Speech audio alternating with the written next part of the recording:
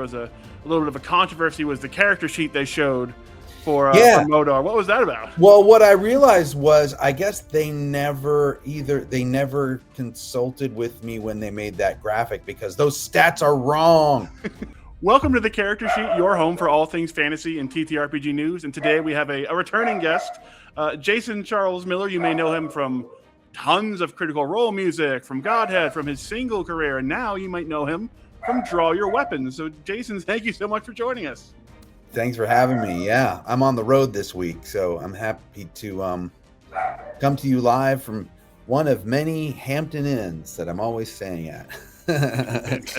This isn't sponsored by Hampton Inn. I just seem to always end up in one. Listen, they're around. There's a lot of them. And then I guess the first big question, this is such a crazy new take on an actual play. How did they pitch Draw Your Weapons to you when they asked you to join? Like, what was their idea of the show presented to you? Well, it was Chris. It was Chris P from Titmouse, and he told me this idea, and I really loved it. He talked about how there was going to be commentators, how we were going to film it a little bit differently, and how you're going to draw your character, and how there would be different minis that were drawn like 2D, and then Josh Knapp, who I also already knew, he reached out to me as well, and it was like they both kind of reached out to me at the same time, and I was like, yes, absolutely. It just sounded like a blast. And what was originally was supposed to happen was I was going to be in the first 2 episodes, but what they realized after editing was that a lot of episode 1 would have been us creating our characters, and it just didn't flow the same as once the action started. So I actually was only in, even though I filmed 2 episodes, I was just in the first one. I was going to say, yeah, from the initial, from the marketing and the trailers and stuff, I think like a lot of fans, shocked it was only 1 episode, because it felt like you have not main cast going to be in there for a lot of episodes. But speaking of that, look, you never know, right? Only 1 episode has aired, so you do only not know for now. Yeah, correct. But they didn't want to give away the secret of the homunculus and how it's controlled by different guest stars and things like that. So I totally understand why they marketed it that way, and totally cool with it, and was actually kind of fun to be in on the surprise. Yeah, so that's one of the most fascinating things. So Modar, the character of Modar, is basically, you have a recurring guest star, but the guest star is now always sort of coming into the homunculus body that you created as Modar. Right. And so that's a really fascinating thing. Did you know that you would be passing this body off to, guest stars down the line when you made it? Yes, and once again, I don't want to reveal too much, but you might discover that the next guest can control it and manipulate it more, so it won't necessarily look like Modar. It may look like, how they want their character to look. Oh, that's awesome. And then we were talking right before we started, there was a little bit of a controversy was the character sheet they showed for Modar. What was that about? Well, what I realized was, I guess they never consulted with me when they made that graphic, because those stats are wrong. The true stats for Modar are 18th strength, 14 dexterity, 18 constitution, 13 intelligence, 12 wisdom, and just 7 charisma. I decided to make charisma. I just took everything out of that and threw it everywhere else to make him the most powerful fighter possible.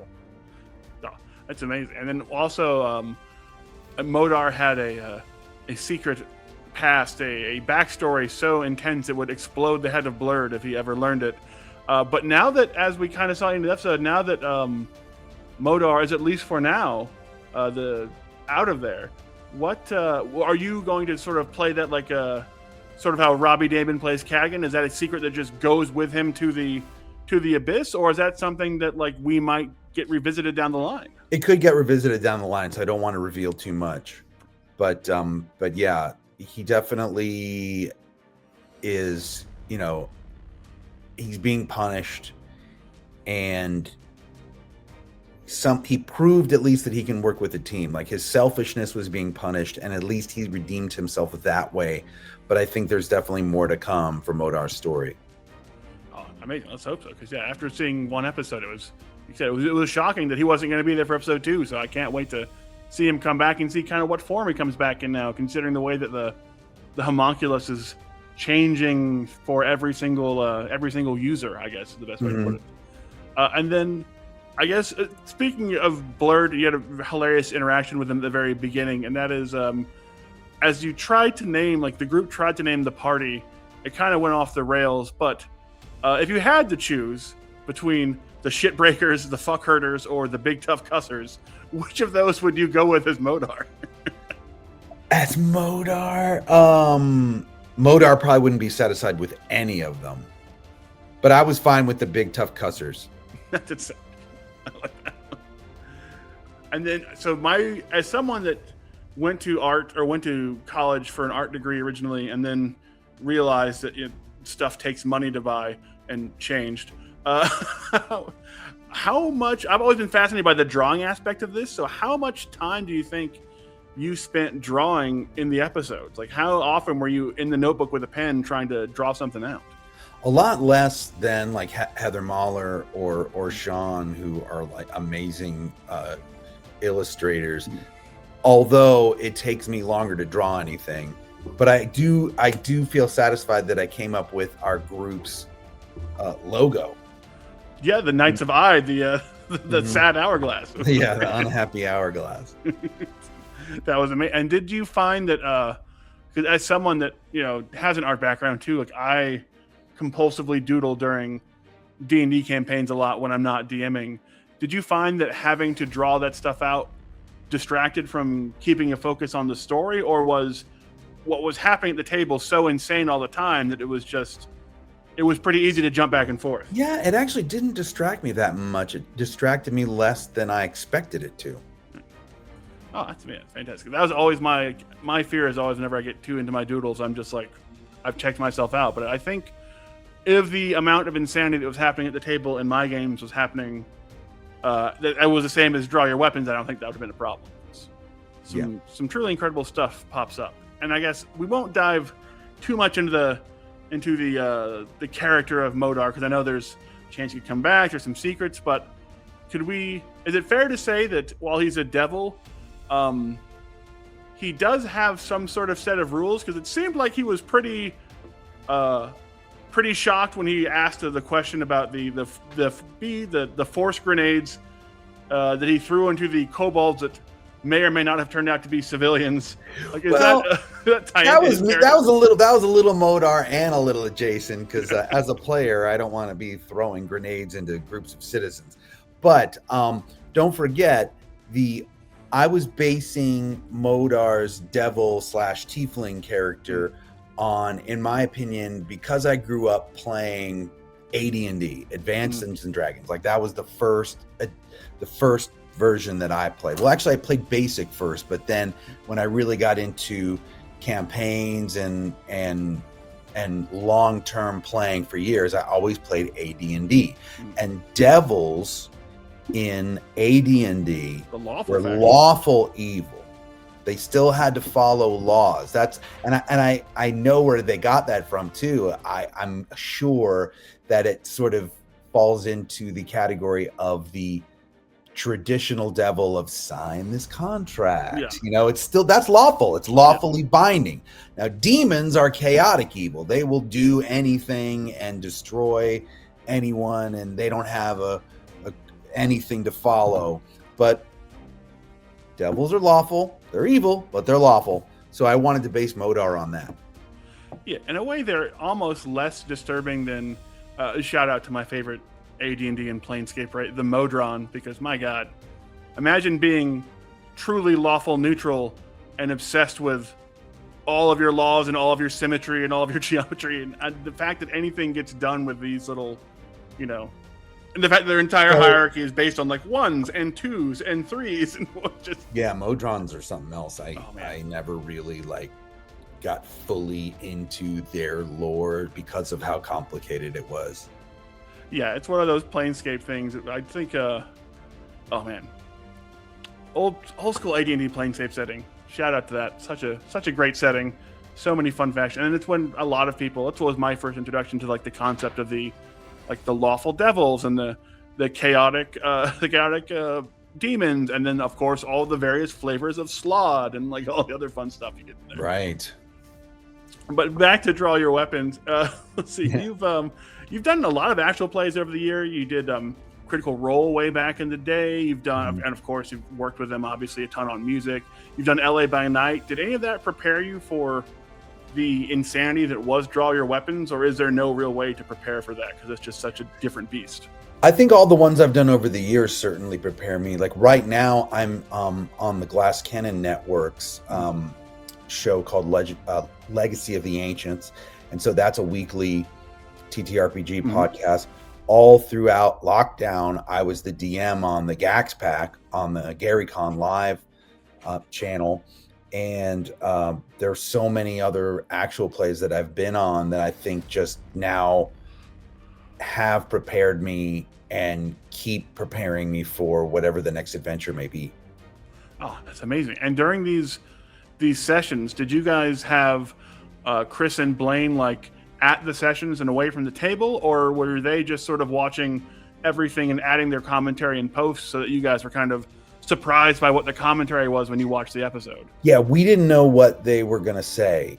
Chris watched every episode as it happened, and I think I don't quote me on this, but I think they filmed him and Blaine later just for the congruency of filming the episode. But I love the commentary. I love so much because I feel like it's going to open Dungeons and Dragons up for people that don't know anything about D&D. Like you have someone showing you what's going on, and the fact that we had the confessional booth like a reality show, I think that also is presenting the show in a format that people haven't seen yet. So I'm really psyched about it.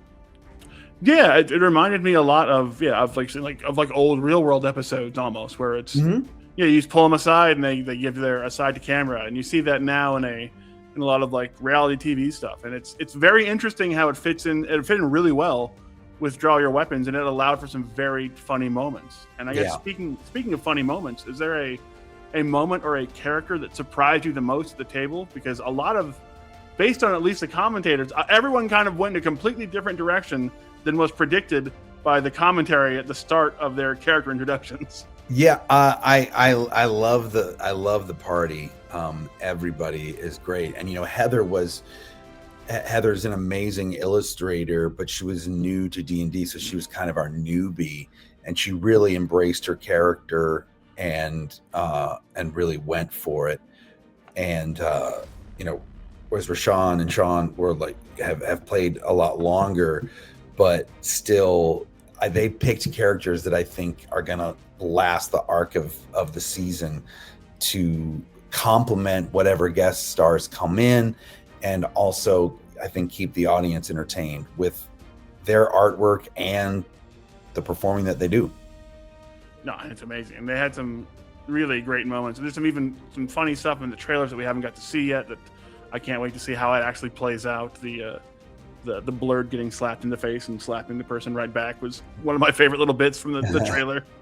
But so I've already talked about there's at least a chance Modar would come back. Do you feel that you almost owe it now to come back, given that the episode ends with Blaine saying that he got a cowboy hat tattoo on his ass? Yeah. I owe it to Blaine. I really do. I've got to come back now. So, all right. Well, it's got to happen. Well, guys. Well, we've talked about Draw Your Weapons. Is there anything about the Draw Your Weapons experience that we haven't touched on that you really want to talk? That is like something fun that happened at the table that like we haven't hit on yet, or something that was like that just completely kind of caught you by surprise in terms of how it was made or how the final product turned out? Well, I was such a believer of the show early on. When we started filming it, I realized what kind of a special show we were making. And on the end of day 2, we ran out of time to film sort of we were able to film Modar's goodbye, but we weren't able to film the transition between Modar and Eric Bauza coming up. So I said to Chris, I was like, hey, listen, I want to make the show the best it can be. I'll come back tomorrow if you want to just film that portion first thing. You don't have to pay me or anything. I'll just come back. And they were really grateful. And of course I did it, because when you are involved in a project that I've been around a lot of actual plays, and when something's special. I just wanted to make sure we could get everything right and exactly how they wanted it. So I was super happy to come back and just do that. Awesome. Sometimes you just got to come back and lay your head down on a table and play dead for a couple minutes while Eric Bauza gets introduced. Yeah. Sometimes it just happens. And then a final question, because I've talked to Chris about it before. Were you part of I believe you were the big playtest group for drunkards, druggies, and delinquents? I was, yes.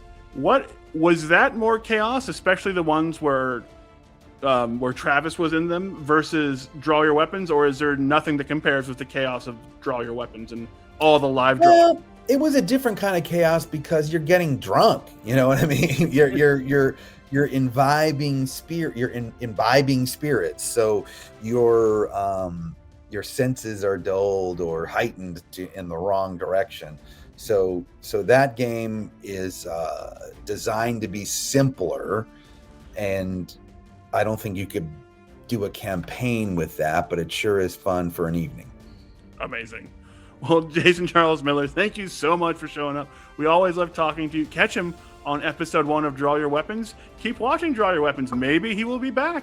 Who is to say? There's a ass tattoo on the line, so clearly he's got to be back sometime. But Jason, thank you so much for joining us. Of course. And no matter what, you're going to hear my music in the show. That's true. Let's talk about that real fast. You did make the opening theme for this as well, correct? That's right. Yeah. Chris gave me an example of 5 punk bands that he liked. He said, look, here are 5 punk bands that I'm thinking of. And I looked at them, already knew I already knew them. And I said, I got you. And so when I sent it back, they actually were like, huh, no notes. And I love it when people give me an assignment that specific. When I get an assignment that specific for something, it just, I can dig right in and just go for it. I like that. He strikes me as like someone that might be like a mid-90s Bad Religion guy. Yeah, that was one of the 5. I think Black Flag was in there, that makes sense. And Minor Threat was in there. So, oh man, my high school playmate. Throw NoFX in there, and that's the high school playmate. NoFX and Ranted's Ruby Soho album was like my high school. That was a good one. All right. But once again, Jason, thank you so much for joining us, guys. Watch Draw Your Weapons. It's hilarious. It's fun. It's amazing. It's a great way to spend an hour. And as always, we'll be back next time with more YouTube stuff. So do the liking and subscribing. Jason, thank you again, and we'll see you all tomorrow. Thanks a lot.